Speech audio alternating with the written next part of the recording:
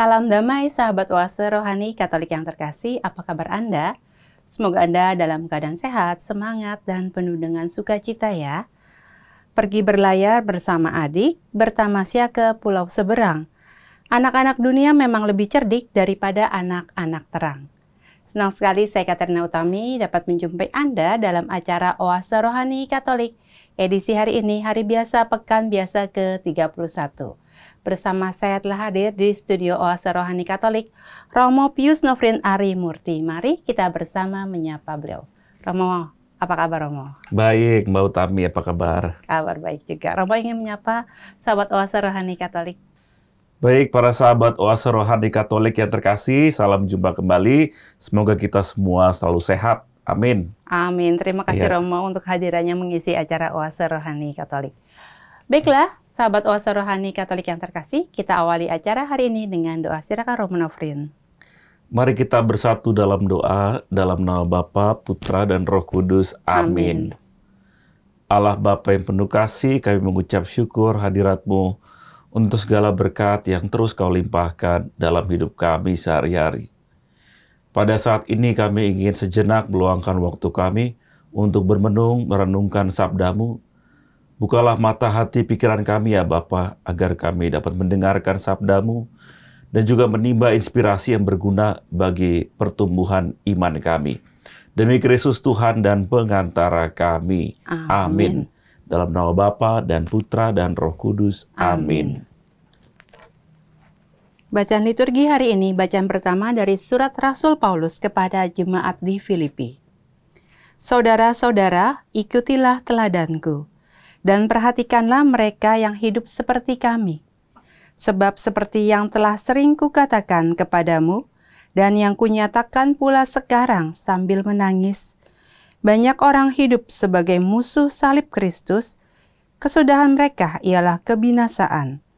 Tuhan mereka ialah perut dan kemuliaan mereka ialah hal-hal aib, sedangkan pikiran mereka semata-mata tertuju kepada perkara-perkara duniawi.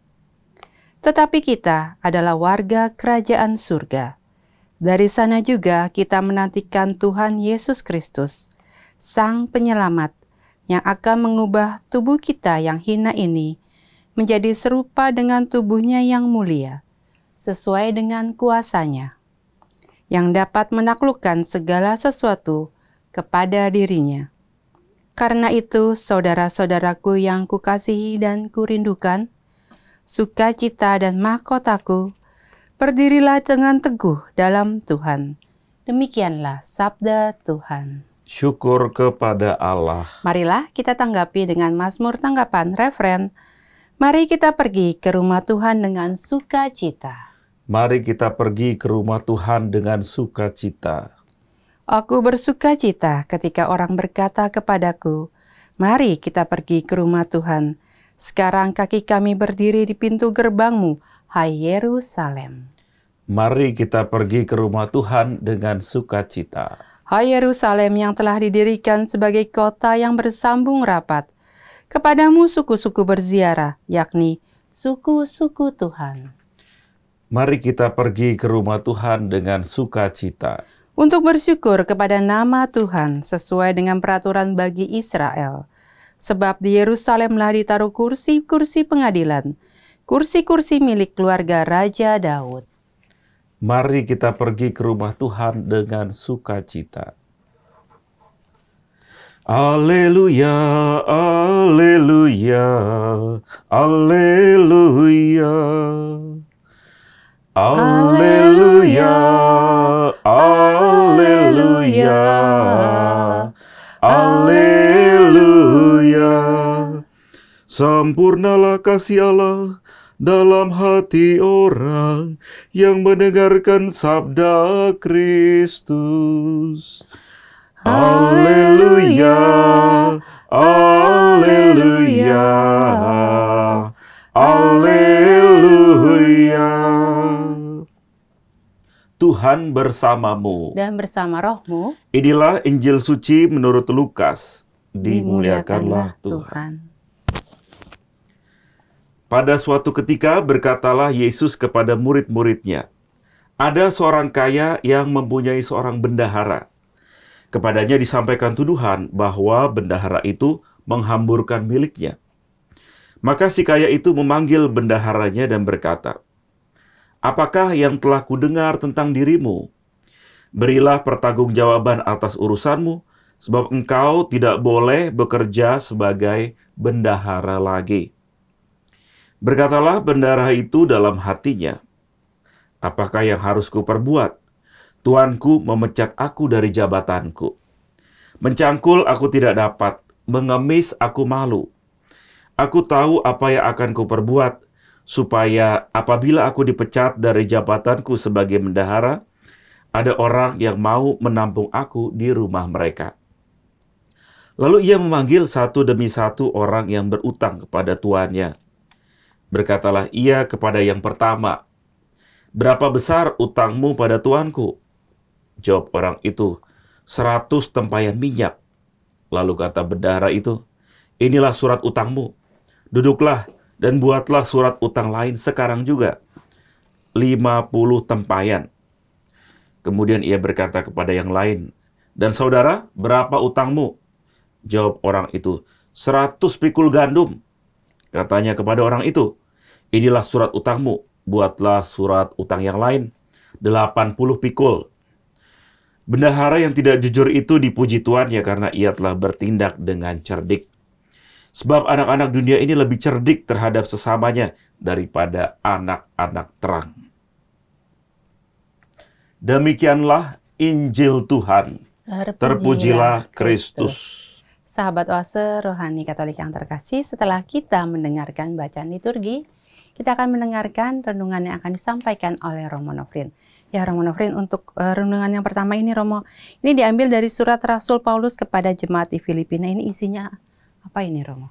Oke, Mbak Utami dan juga para sahabat Oase Rohani Katolik yang terkasih dimanapun Anda berada, bacaan pertama ini merupakan salah satu surat pastoral dari Rasul Paulus kepada jemaat di Filipi. Tema besarnya adalah pertarungan spiritual antara yang baik dan yang jahat, antara anak-anak dunia dan juga anak-anak terang, ya, kerajaan surga.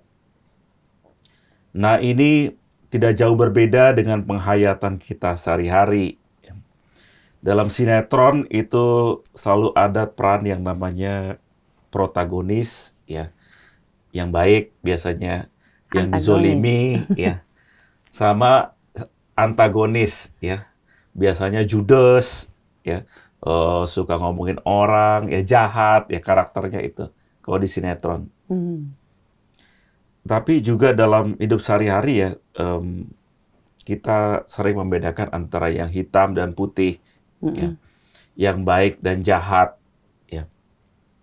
Tetapi dua hal ini nggak bisa dengan mudah kita bedakan ya dalam pengalaman kita, antara yang hitam dan putih, antara yang baik dan jahat, ya. Seringkali seperti satu kesatuan, ya, yang nggak bisa terpisah. Seperti kalau kita lihat kain orang Bali, ya, itu kan hitam putih, kotak-kotak kayak catur, ya. Tapi kan itu dalam satu jahitan bareng. Jadi hitam putih bersama dalam satu kain. Nah, mungkin ini yang menjadi refleksi Rasul Paulus kepada jemaat di Filipi. Ya. Ada semacam tegangan antara menjadi pengikut Kristus yang baik, ya, menjadi anak-anak surga istilahnya, ya, dan juga ada menjadi anak-anak yang jahat. Disebut di situ sebagai musuh salib Kristus. Tentunya tegangan ini yang selalu kita alami ya dalam hidup kita, dalam pilihan-pilihan hidup kita. Sejak kita bangun tidur, kita dihadapkan pada selalu pilihan. Ya. Bangun tidur apa dulu yang dipegang, ya, HP atau berdoa dulu. Ya. Lalu kemudian setelah itu apa yang kita lakukan, ya, sarapan kita apa. Ya. Lalu kemudian kendaraan kita ke kantor, kita pilih apa, ya. Maka setiap hari kita selalu dihadapkan pada pilihan-pilihan yang baru. Dan persis disitulah ya tegangannya terjadi. Maka perjuangan iman itu menurut saya adalah perjuangan yang hidup sehari-hari. Karena tiap hari kita dihadapkan pada pilihan, dan setiap detik itu juga kita dihadapkan pada yang namanya cobaan, pada tantangan. Maka menjadi murid Kristus dalam refleksi saya pribadi, ya, itu adalah perjuangan tanpa henti. Karena setiap detik kita harus membuat pilihan. Ya. Mungkin di detik yang ini kita bagus pilihannya, ya. Tapi mungkin dalam menit yang berbeda kita bisa kemudian tergelincir. Ya. Di menit yang satu kita mengikuti kehendak Tuhan, tapi di saat yang berbeda bisa saja kita kemudian jatuh ke dalam dosa. Ya. Maka ini seperti satu kaitan ya, yang nggak bisa terpisahkan dalam setiap pilihan hidup kita. Ya. Maka kemudian Paulus ya memberi semangat untuk kita. Ya. Kita ini punya tubuh. Ya. Tubuh ini bisa kita gunakan untuk berbuat baik. Ya. Tetapi tubuh ini juga bisa menjadi sarana kedagingan yang mengantar kita pada yang jahat. Maka sekali lagi tergantung pada pilihan hidup kita. Ya. Tubuh ini mau kita apakan. Ya. Karena tentu kendali atas tubuh kita adalah diri kita sendiri. Ya. Maka kalau kita bicara tentang tegangan tadi, ya antara yang baik dan yang jahat, saya rasa itu ya gambaran tentang dunia kita. Ya. Dunia kita sering orang bilang kejam. Ya. Seruduk sana, seruduk sini, ya. Jegal sana, jegal sini, ya. Menjelekkan satu sama lain. Karena memang dunia tempat kita hidup, salah satu sisinya adalah orientasinya egois, ya, egosentrik, ya.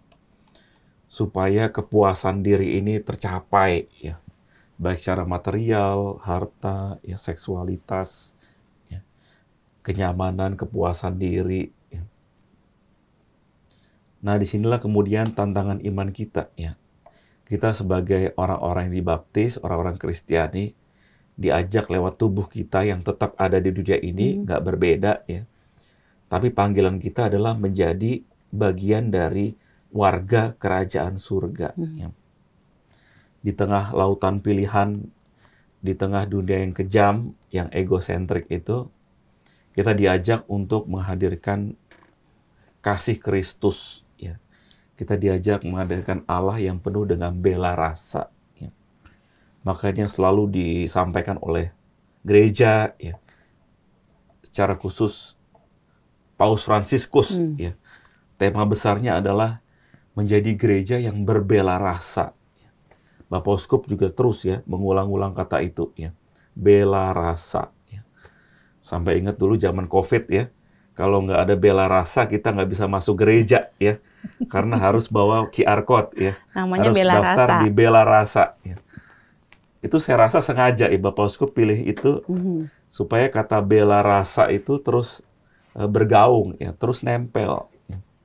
Kita diajak untuk berbela rasa ya. Di tengah dunia yang kejam, yang memikirkan diri sendiri, yang perang. Kita diajak untuk menghadirkan wajah yang berbeda. Menghadirkan Kristus yang berbela rasa. Yang peduli sama orang lain. Yang menghadirkan senyum. Ya. Yang menghadirkan kedamaian. Ya. Mungkin itu satu refleksi singkat saya mengenai bacaan pertama hari ini. Ya, Romo. Ya. Menarik sekali tadi yang Romo katakan bahwa setiap hari itu adalah perjuangan kita tanpa henti ya Romo. Ya. Setiap detik kita harus membuat pilihan bahwa kita anak-anak yang anak-anak kerajaan surga itu harus hidup di dunia yang nyata ini ya Romo. Iya. Yang setiap hari harus membuat pilihan. Kadang kita membuat pilihan itu adalah pilihan yang benar. Kadang juga kita tergelincir tadi ya. Romo ada pengalaman nggak mau? Bagaimana sih caranya supaya kita bisa memilih itu adalah pilihan yang benar gitu mau? Ya. Tentunya kekuatan kita adalah doa. mungkin salah satu kiat-kiatnya ya, bisa dibilang kiatnya, kita mengawali hari dengan doa. Ya. Jadi bukan tadi ketika bangun tidur jangan pegang HP dulu nih. Nah, itu ya. Kalau misalnya udah terlanjur ya pegang HP terus doa ya, buka e-Katolik. Ya. Ngecek-ngecek WA, habis itu buka e-Katolik ya. Buka renungan yang Buka dikasih renungan, Romo. buka ORK ya. Jadi apa ya? Mungkin itu salah satu usaha kita ya. Di awal hari kita mohon perlindungan Tuhan agar seluruh hari ini bisa benar kita diarahkan untuk memilih yang baik. Ya. Kegiatan-kegiatan kita hari ini semoga bisa menjadi saluran berkat Tuhan. Ya. Dijauhkan dari marah-marah, ya, ngomongin orang dan sebagainya. Ya. Semoga Tuhan memberikan rahmat itu. Ya. Karena rahmat itu perlu diminta. Ya. Ya. Kita jangan malu-malu untuk memintanya kepada Tuhan ya. Iya, persis itu. Ya. Saya belajar dari latihan rohani itu seperti itu. Ya. Dalam doa, ucapkan rahmat apa yang ingin kita mohon pada hari ini. Ya. Mungkin Tuhan berikanlah aku rahmat kesabaran. Ya. Atau Tuhan berikanlah aku rahmat penguasaan diri. Ya. Atau ketika harus ambil keputusan, Tuhan semoga Roh Kudus menerangi aku untuk mengambil keputusan. Jadi setiap satu hari itu kita bawa itu di awal itu dengan doa kita ya Romo ya. Iya. Ketika kita misalnya hari itu mau terjadi sesuatu atau kita ingin bertemu dengan seseorang atau kita memutuskan sesuatu, itu pagi harinya itu kita awali dengan berdoa. Jadi kita benar-benar memutuskannya itu, tindakan kita itu adalah tindakan anak-anak terang, bukan anak-anak dunia. Seperti itu maksudnya. Iya, iya. Semoga rahmat Tuhan yang kita mohon itu benar-benar menjadi pelindung kita ya selama satu hari. Ya. Kalau misalnya pun ya kemudian kita malah jatuh ya, tergelincir tadi ya. Nah, kita bisa mengevaluasi diri ya. Kemudian melihat lagi kenapa ya saya mengambil keputusan itu ya. Tapi ya sekali lagi itu kan perjalanan hidup rohani ya. Nggak selalu mulus, nggak selalu kita yang bener-bener ya. Kadang kemudian kita ada saatnya emang jatuh dalam keegoisan kita. Ya. Tapi semoga itu tidak mengecilkan hati kita, tapi kita terpacu untuk bisa lebih baik lagi. Gitu, Mbak Utami. Iya, terima kasih Romo Nofri. Romo ingin ditambahkan lagi? Iya. Mungkin menggarisbawahi lagi ya, bahwa ini menjadi panggilan hidup kita bersama ya. Perjuangan hidup dalam iman itu nggak akan pernah berhenti ya. Justru disitulah iman itu yang hidup ya. Iman hidup ya, namanya hidup kan ya selalu ada perjuangan, ada tantangan ya. Kadang untuk mengerti sesuatu kadang nggak mudah dalam hidup kita ya. Kenapa Tuhan kok ngasih cobaan kayak gini ya? Kenapa Tuhan memanggil orang yang terdekat dari saya misalnya ya?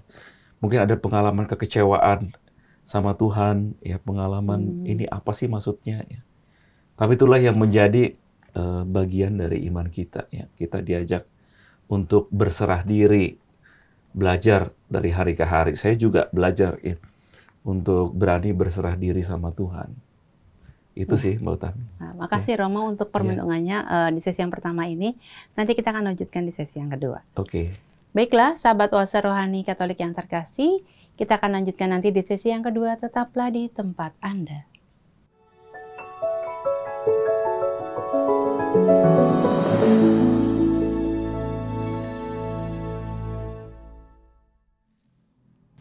Salam jumpa sahabat Oase Rohani Katolik yang terkasih.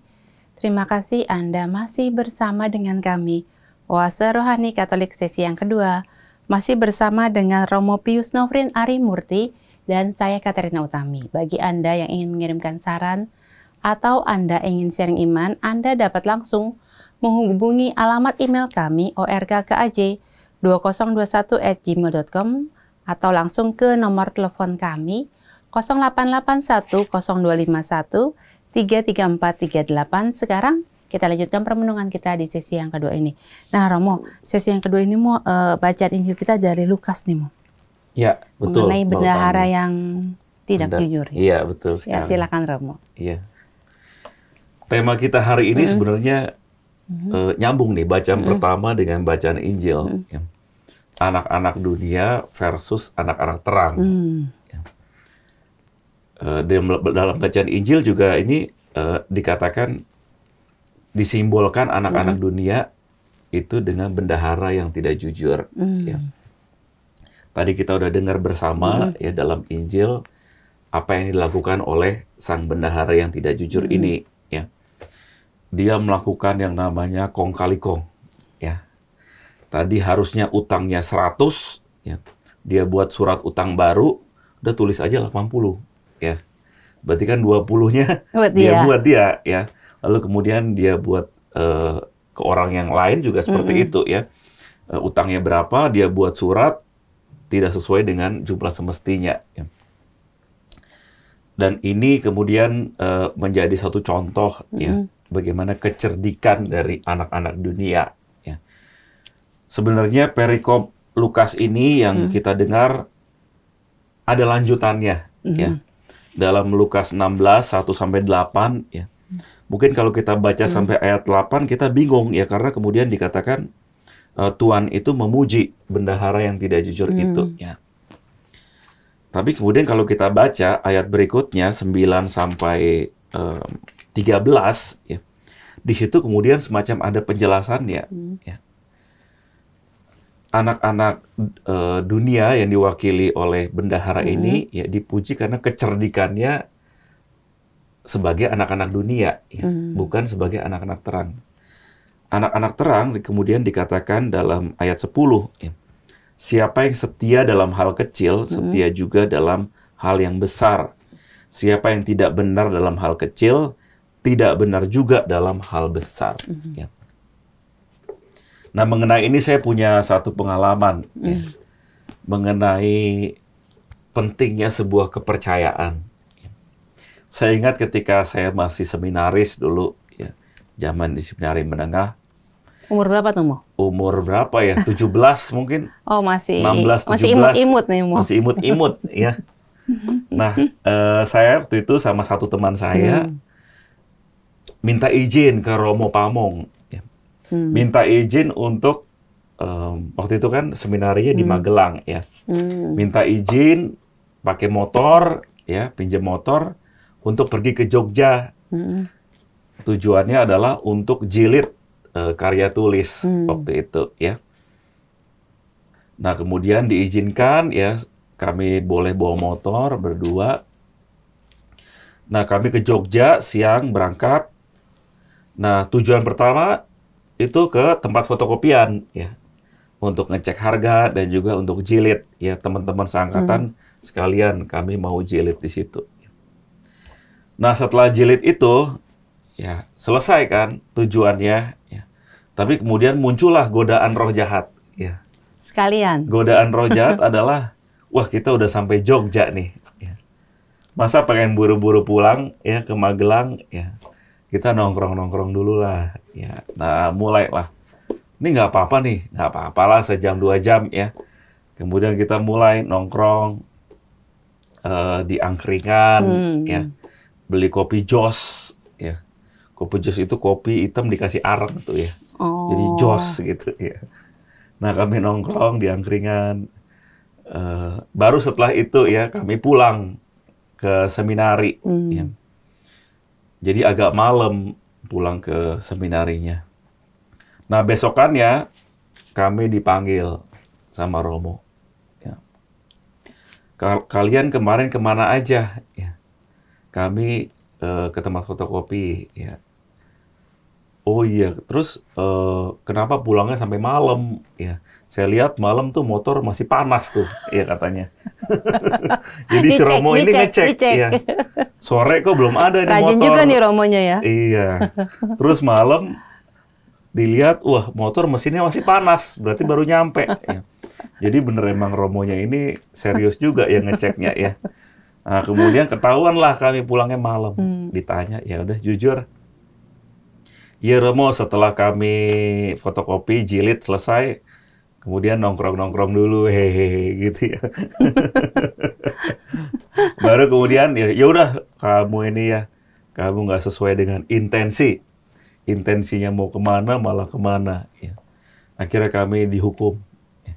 Disuruh nguras kolam ikan waktu itu ya. Untung bukan suruh nguras sungai, Mo. Disuruh kuras ikan, kuras ikan. Nguras kolam ikan ya berdua. Kolamnya lumayan gede tuh, seharian lah itu. Untuk nguras kolam ikan itu ya. Nah, ini jadi satu contoh ya, ilustrasi untuk kita betapa mahalnya sebuah kepercayaan. Dari situ saya belajar ya. Apa yang sudah orang percayakan untuk kita mesti kita jaga ya. Nah, mungkin intensi awalnya benar nih ya. Kita melakukan sesuai dengan rencana.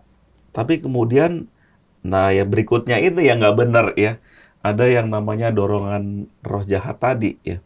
Apa yang udah lurus, udah benar, kemudian menjadi melenceng. Belok ya. Nggak sesuai dengan maksud awal. Dan ini kemudian bisa membuat kita jadi tidak jujur. Membuat kita tidak dipercaya lagi. Ya. Mungkin kalau saya minta izin berikutnya kan, orang menjadi agak curiga nih, bener nggak nih ya. Harus dibuktikan dalam kegiatan berikutnya ya. Dari situ saya belajar mengenai pentingnya kepercayaan ya. Apa yang menjadi intensi ya.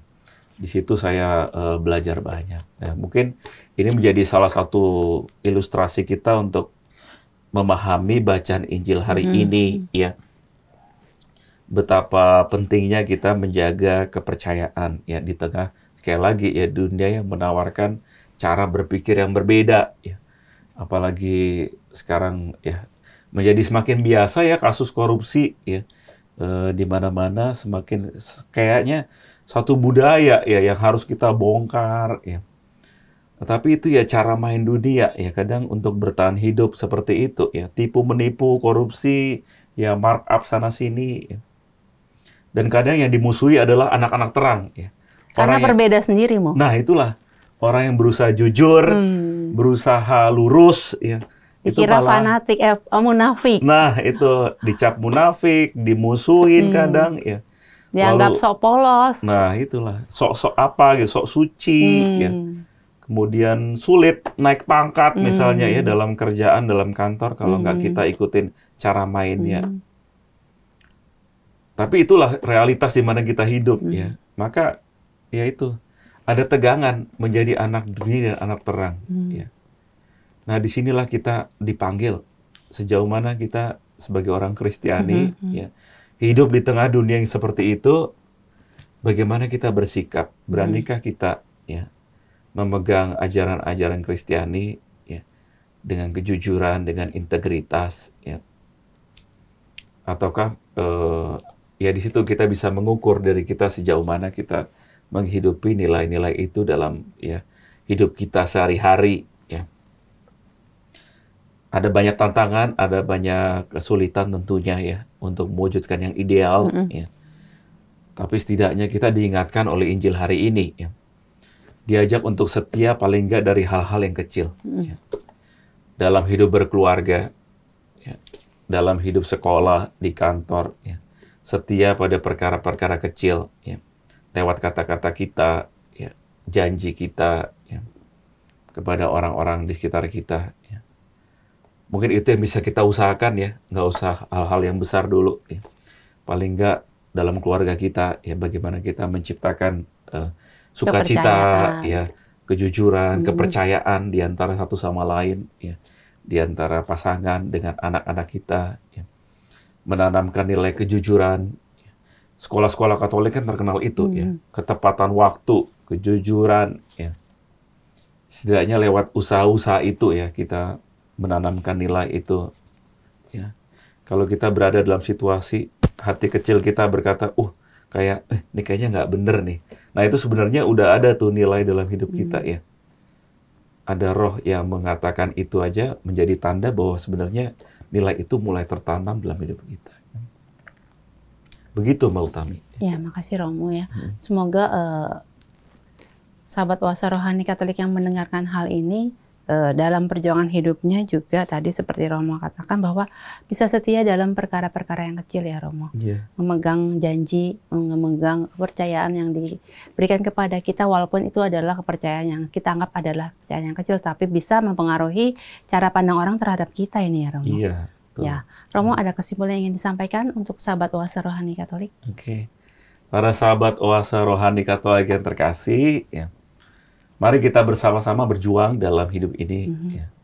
Di tengah tegangan antara anak-anak dunia versus anak-anak terang. Ya. Kita diajak untuk terus berjuang menjadi anak-anak terang. Ya. Dimanapun kita berada, dimanapun panggilan hidup kita, ya. Dalam keluarga, di tengah pekerjaan, mari kita usahakan nilai anak-anak terang itu, ya, hidup dalam integritas, kejujuran dalam hidup sehari-hari, ya.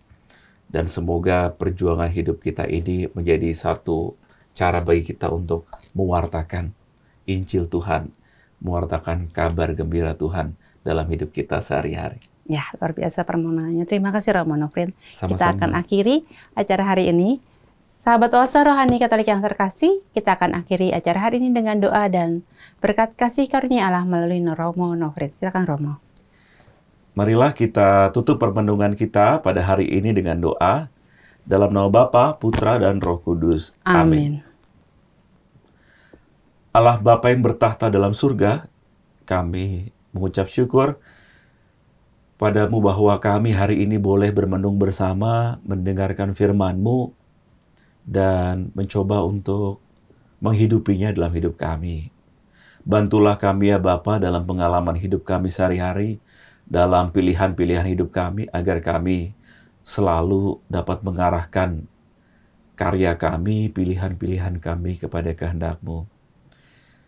Kami juga mohon maaf apabila kami dalam pilihan-pilihan itu menjauh dari-Mu, dan kami ingin belajar dalam perjuangan iman kami untuk kembali bangkit, untuk kembali mengarahkan diri ini hanya kepada-Mu. Ini semua kami mohon demi Kristus Tuhan dan pengantara kami. Amin. Amin. Tuhan sertamu. Dan sertamu juga. Semoga kita semua, keluarga kita, komunitas kita, orang-orang kita kasih dan kita doakan senantiasa dilindungi, dibimbing dan diberkati oleh berkat Allah yang Maha Kuasa, di dalam nama Bapa dan Putra dan Roh Kudus. Amin. Sahabat Oase Rohani Katolik yang terkasih, demikianlah acara kita pada hari ini. Semoga apa yang telah disampaikan oleh Romo Nofrin dapat menambah semangat iman bagi kita untuk berjuang sebagai anak-anak terang dalam kehidupan kita sehari-hari. Akhir kata kami berdua, Romo Pius Nofrin Arimurti dan Sekretarina Utami pamit undur diri. Sampai jumpa pada edisi Oase Rohani Katolik berikutnya.